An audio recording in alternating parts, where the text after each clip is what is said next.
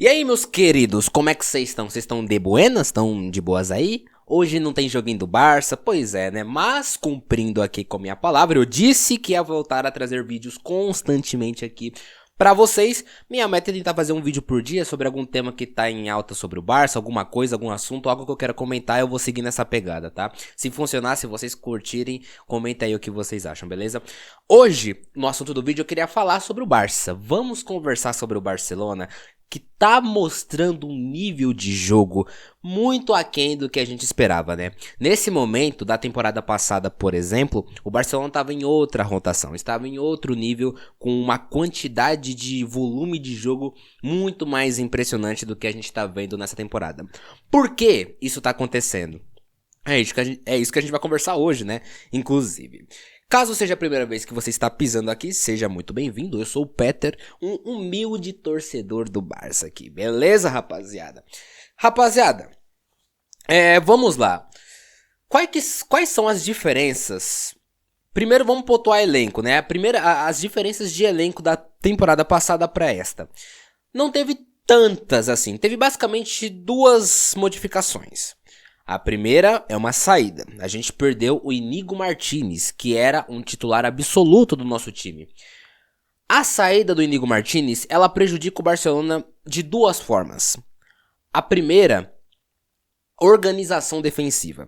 O Iñigo Martínez era o capitão para conseguir organizar a linha defensiva do Barça na hora que o Barça fosse subir, pressionar e tudo mais, e posicionar os defensores para fazer o impedimento corretamente, além de ser um baita zagueiro, né? Ele também conseguia tirar bolas de dentro, de por cima, pelo lado. Era um baita zagueiro, era o melhor defensor do Barcelona na temporada passada. E também ele tinha uma espetacular saída de bola, o que facilitava o jogo do Barcelona, caso os times o pressionassem. Os times que tentavam pressionar o Barcelona, tanto pelo Cubarsí, que pela direita vai muito melhor do que pela esquerda, que ele jogou algumas vezes, o Iñigo Martínez fazia diferença na saída de bola pela esquerda, já conseguiu dar algumas assistências também na temporada passada. Então a perda desse jogador foi um golpe poderoso contra o Barcelona na defesa. A defesa já era bem exposta temporada passada, né? Tomando vários e vários gols, com o Iñigo presente. Agora imagina sem ele. A gente é capaz de sofrer algumas bizarrices tipo o 4-1 do Sevilha. 5 jogos do Barcelona seguidos tomando gol. Do Oviedo, da Real Sociedad, do PSG, do Sevilha e do Girona. E com todos esses times tendo condições de fazer pelo menos mais de um gol, né? Pois é, piorou a defesa do Barcelona. A saída do Iñigo Martínez é um grande expoente disso. O Barcelona não conseguiu repor essa ausência no mercado. Ausências possíveis no mercado para o Iñigo Martínez, tudo caro. A melhor de todas, na minha opinião, seria o Bastoni. Zagueiraço absoluto da Inter de Milão, né, ali e tudo mais. Um dos melhores zagueiros do mundo, com uma saída de bola absurda e que poderia ajudar muito o Barça. Outra reposição que poderia ser útil, Schlotterbeck. Já falo do Schlotterbeck há muito tempo aqui. Também zagueiro canhoto, também alto, também com saída de bola boa e também com uma imposição defensiva absurda. Enfim. Qual que é o segundo problema que o Iñigo Martínez levou, ou melhor, gerou pro Barcelona quando ele saiu? Cara, imposição de capitão, né? O Iñigo, ele dava muita bronca nos caras, principalmente nos meias e nos atacantes, pra pressionar mais, fala, pressiona, pressiona. Quem já jogou bola, tá ligado? Que sempre tem um cara assim no seu time. Aquele que organiza, marca aquele, agiliza aqui, pressiona, pressiona, pressiona, vamos, tá ligado? Falta esse expoente, essa energia de um zagueiro mesmo, porque assim, por mais que tenhamos líderes no Barcelona, a visão dos atacantes é diferente da do zagueiro. O zagueiro tá olhando o campo todo. Ele tá olhando quem os atacantes, quem os meias estão marcando. Coisa que Rafinha, que é um baita líder, por exemplo, ou o próprio Pedri, que é um líder mais técnico, assim, tudo mais, não consegue enxergar tão bem, não tem essa imposição que o Iñigo tinha. Então acho que isso também faz falta, em muitos momentos, na organização da pressão alta, que é o grande principal problema desse Barcelona. O Barcelona não está pressionando bem seus adversários. E com o Barcelona não pressionando bem os seus adversários, a bomba estoura na zaga, porque os passes, o L1 triângulo, pra quem joga FIFA, sai muito fácil, tá ligado? Cara, é só vocês olharem o primeiro tempo contra o Girona. Aquilo escancara todos os principais problemas do Barcelona. O Girona poderia ter feito 4 gols no primeiro tempo. perde muitos gols porque é um time, né, limitado tecnicamente, taticamente e tal. Mas poderia. Imagina se é o Real Madrid. O Real Madrid é o nosso próximo adversário na Liga. Com esse espaço para Mbappé, para Vini Júnior, para Bellingham, não tem como. Os caras vão fazer 5, 6 gols na gente, tá ligado? Então, precisa corrigir, tá? O Flick precisa achar alternativas que não sejam o Íñigo Martínez, porque não está mais no elenco, para conseguir melhorar isso. Então o Íñigo Martínez foi um dos problemas do Barcelona. E a outra troca que veio, né, eu falei que foram 2 trocas e falei sobre as 2 diferenças do Barça da temporada passada para essa, foi a adição do Rashford, né? O Rashford chegou e tudo mais, e incorporou o elenco, melhorou o ataque. Só que aí a gente vem com outro problema. O Rashford veio para ajudar o elenco do Barça a jogar pelas pontas, para ser centroavante, e tá jogando muito, muito bem. Os números talvez não refletem com perfeição quão bem o Rashford vem jogando, porque às vezes ele dá muito azar nas finalizações. Ele acertou uma bola na trave contra o Girona numa cobrança de falta espetacular, então ele dá um pouco de azar nos gols, mas nas assistências ele continua mantendo um belo nível. O Rashford é um desses caras que precisa também se orientar a pressionar melhor, né? Porque você repara que ele às vezes fica um pouco perdido e tudo mais. Precisa pressionar melhor os atacantes. Como eu tava falando, veio o Rashford, mas o Barcelona ganhou um outro problema, que não tem a ver com o Rashford, tem a ver com um acaso mesmo, que é a questão física. Nesse começo de temporada, o Barcelona tá tendo muitos problemas físicos. O elenco já não é hiper recheado. A gente tem muitos bons nomes no meio campo, ótimos nomes pro ataque, nomes ok pra defesa, né? Nossos laterais são muito bons, os reservas... Tem o Eric Garcia ali que é muito bom e tudo mais, mas tá jogando mais de zagueiro ultimamente, né? Gerard Martin às vezes consegue suprimir a ausência do Baldé, às vezes não e tal. O Araújo é aquela história, né? Ele é um grande centroavante. De zagueiro tá complicado. O Araújo, pra saída de bola, não dá pra ele, né? Ainda mais nessa linha alta do Barça, não dá. O Araújo não presta pra esse estilo de jogo. Enfim. Lesões, galera. Lesões está sendo o principal problema do Barça.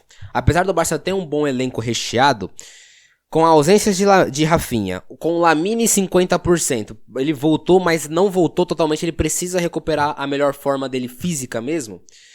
Com ausências de Gavi no meio, de Firmino, cara, e Rafinha são 2 pressionadores malucos. O Rafinha principalmente é o melhor do Barcelona nisso, mas disparado. Sem a organização e pressão do Íñigo Martínez e sem a vitalidade do Rafinha pressionando os caras lá na frente, que ajuda os outros, o Rafinha pressionando ajuda os outros a entenderem quem eles devem pressionar melhor, ajuda Pedri e De Jong mesmo, que às vezes eu sinto que pelo Rashford e o Lamine não tá pressionando bem, De Jong e Pedri se confundem em quem pressionar melhor e isso gera um espaço absoluto. Gera um efeito dominó de problemas só por causa da péssima pressão dos atacantes, tá ligado? Então o Rafinha nesse sentido faz muita falta. E eles, quando não tá, gera esse problema. O Rafinha, eu vejo muita gente, não sei o que, né, menosprezando ele e tudo mais, diminuindo o seu nível. Parece que o Rafinha tem que fazer 10 vezes mais pra provar que ele é um dos melhores jogadores do mundo, tá ligado? Comparado com os outros. Mas a gente vê a falta que ele faz quando ele não tá, né? Olha como o Barcelona pressiona, mano, consideravelmente mal só pela falta de um jogador, tá ligado? Porque é um efeito dominó. Se seu ataque pressiona bem, o resto vai pressionar mal. Ou melhor, se seu ataque não pressionar bem, o resto vai pressionar mal os adversários. Firmino, muita vitalidade. Em comparação com o Dani Olmo, não tem o que comparar. Dani Olmo tá mal fisicamente, mal tecnicamente, mal psicologicamente. Não sei se o Flick vai conseguir recuperar esse jogador. Não sei, sinceramente. É um jogador que tem muita classe, técnica, muita habilidade. Mas ele não é físico. Ele não tem a capacidade de pressionar bem, igual o Firmino. O Firmino tem a técnica também, tem o cheiro e faro de gol, e tem muita pressão. Ele pressiona que nem maluco, tipo o Gavi. Inclusive o Gavi também tá fazendo muita falta. Gavi também tem tudo isso e ele pressiona muito o Gavi. Então esses jogadores físicos que pressionam fazem falta demais pro sistema do Barcelona funcionar, né?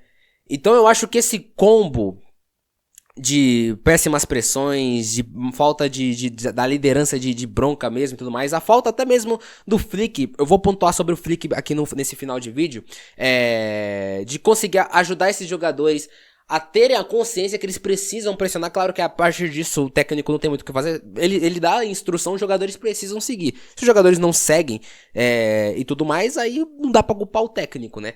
Mas precisam seguir, precisam se organizar na pressão.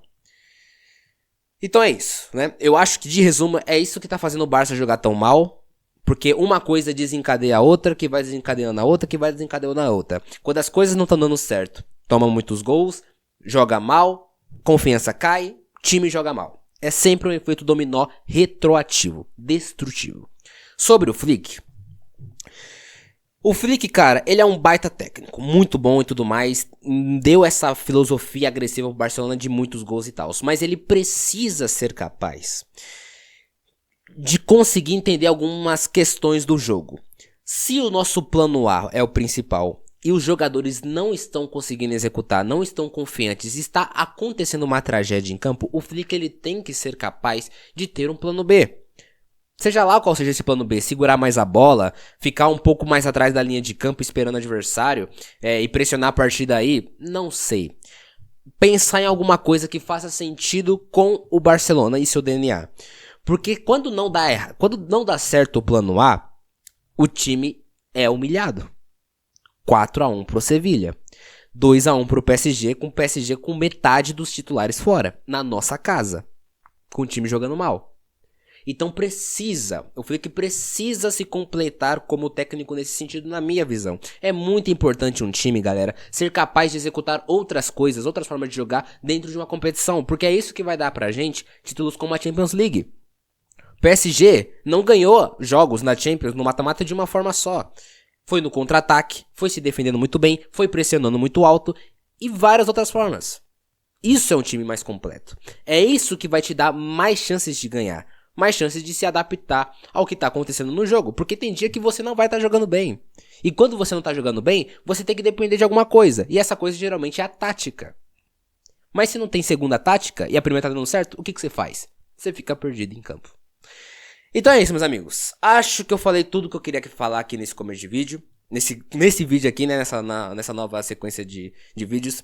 Espero que vocês tenham gostado desse papo. Comenta aí o que vocês acham sobre esse assunto, sobre tudo isso que eu falei. Comenta o que vocês acham que o Flick pode fazer, o que o Barça pode fazer pra melhorar também, que eu quero saber a opinião de vocês, beleza? Se você gostou do vídeo, curta, se inscreva. Eu vou ficando por aqui e até mais.